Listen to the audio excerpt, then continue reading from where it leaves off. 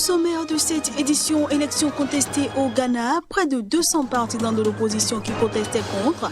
Les résultats officiels de la présidentielle ont été dispersés par la police à Accra.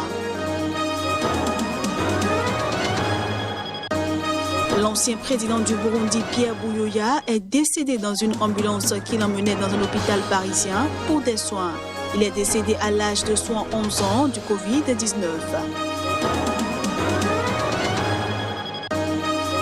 Et puis restitution des œuvres d'art au Bénin et au Sénégal, la loi a été adoptée ce jeudi par le Parlement français.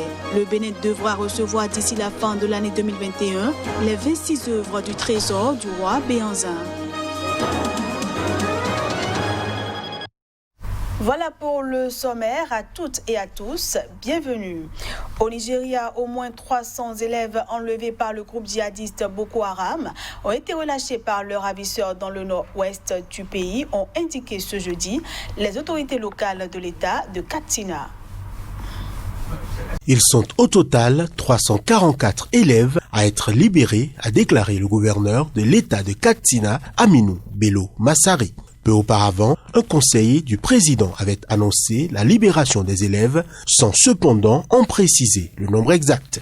Les chiffres exacts seront connus lorsque tous les enfants seront regroupés et comptabilisés. Ce sont des centaines de mineurs, collégiens et lycéens qui avaient été enlevés vendredi soir par des hommes armés dans cette région du Nigeria.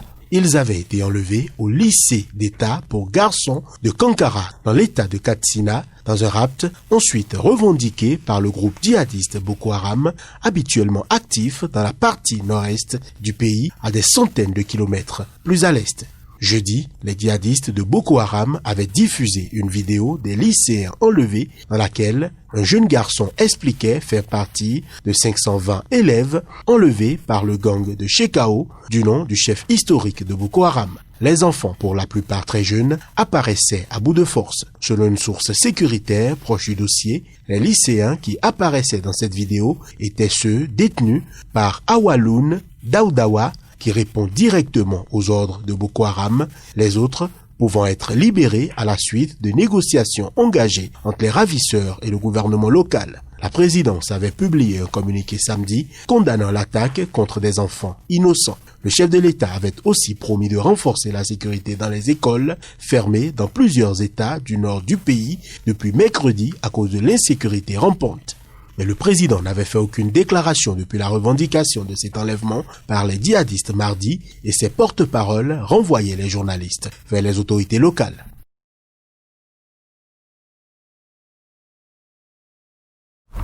Au Ghana, près de 200 partisans de l'opposition ont été dispersés ce mercredi par la police avec des gaz lacrymogènes et ce, alors qu'ils manifestaient près de la commission électorale à Accra pour contester les résultats officiels de la présidentielle donnant leur candidat perdant.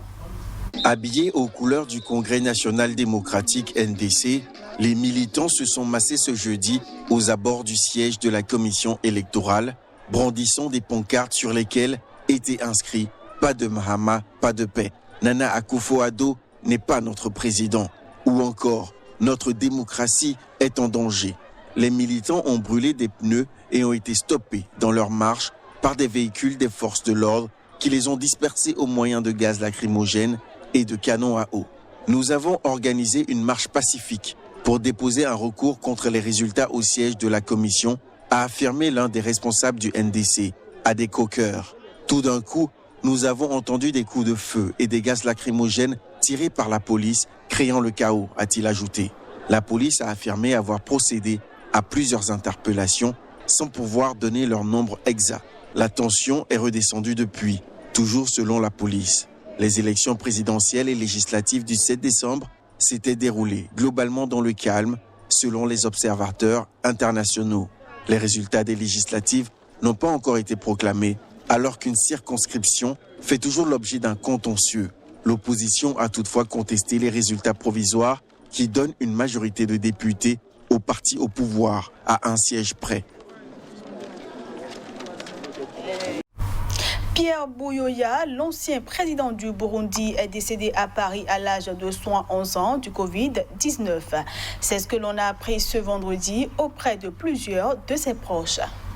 L'ancien président burundais Pierre Buyoya, qui a également occupé le poste de haut représentant de l'Union africaine pour le Mali et le Sahel de 2012 à fin novembre de cette année, est mort cette nuit à Paris. Il avait le Covid-19, a déclaré un membre de sa famille qui a requis l'anonymat.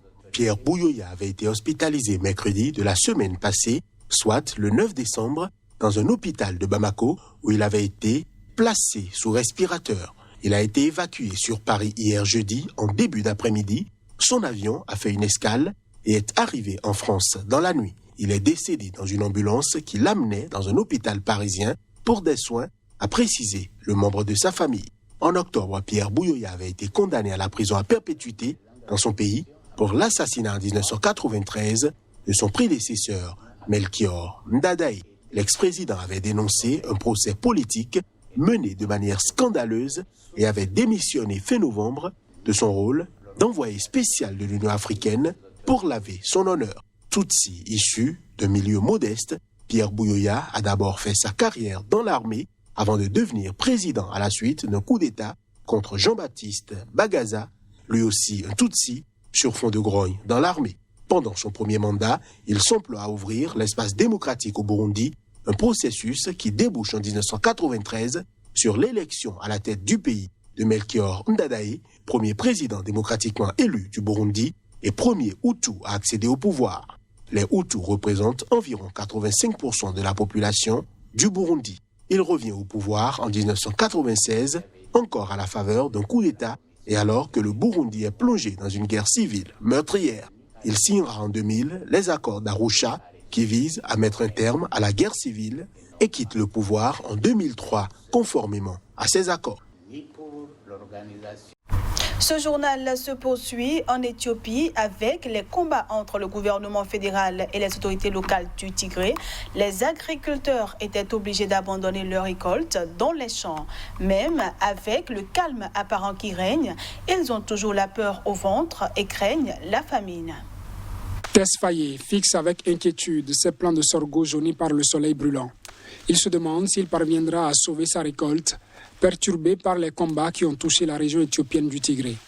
Cet agriculteur de 60 ans, portant une barbe grise et un léger embonpoint, a pris ses jambes à son cou lorsque les obus ont commencé en novembre à s'abattre non loin de ses champs, près du village d'Ayassou Gabriel. À l'est, les tirs venaient de l'armée fédérale. À l'ouest, des forces loyales au Front de libération du peuple du Tigré, TPLF, le parti qui dirigeait cette région dissidente et défiait l'État depuis des mois. L'urgence a contraint Tesfaye à abandonner sur place sa récolte de teff, une céréale clé dans l'alimentation éthiopienne. Elle a disparu depuis et le fermier craint maintenant que son sorgho s'en aille aussi, même si le gouvernement assure que les combats sont terminés. Nous avons abandonné la culture du teff que nous avons récolté et nous sommes partis. Des hooligans sont venus et l'ont pillé. Nous entendons qu'il y a toujours des combattants dans les deux directions. Nous sommes inquiets de savoir si nous pourrons manger ce que nous récoltons maintenant s'ils reviennent. Les gens n'ont rien à manger ou à boire. Ils ont besoin d'aide. Même les gens aisés, les importateurs et exportateurs n'ont rien à manger. Le Tigré, région pauvre du nord de l'Éthiopie, comptant 6 millions d'habitants, faisait déjà face à d'importants problèmes de sécurité alimentaire avant le début du conflit le 4 novembre. En plus de l'épidémie de coronavirus, l'année 2020 fut marquée par la pire invasion de criquets pèlerins depuis des décennies. Les quelques ressources disponibles sont prises en otage par le conflit. Les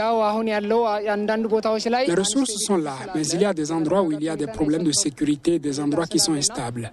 Il y a des villes qui n'ont actuellement pas de structure en place et nous devons calmer les choses. À part cela, la Commission nationale de gestion des crises de catastrophes a la capacité de transporter les ressources. Nous fournissons activement la réponse.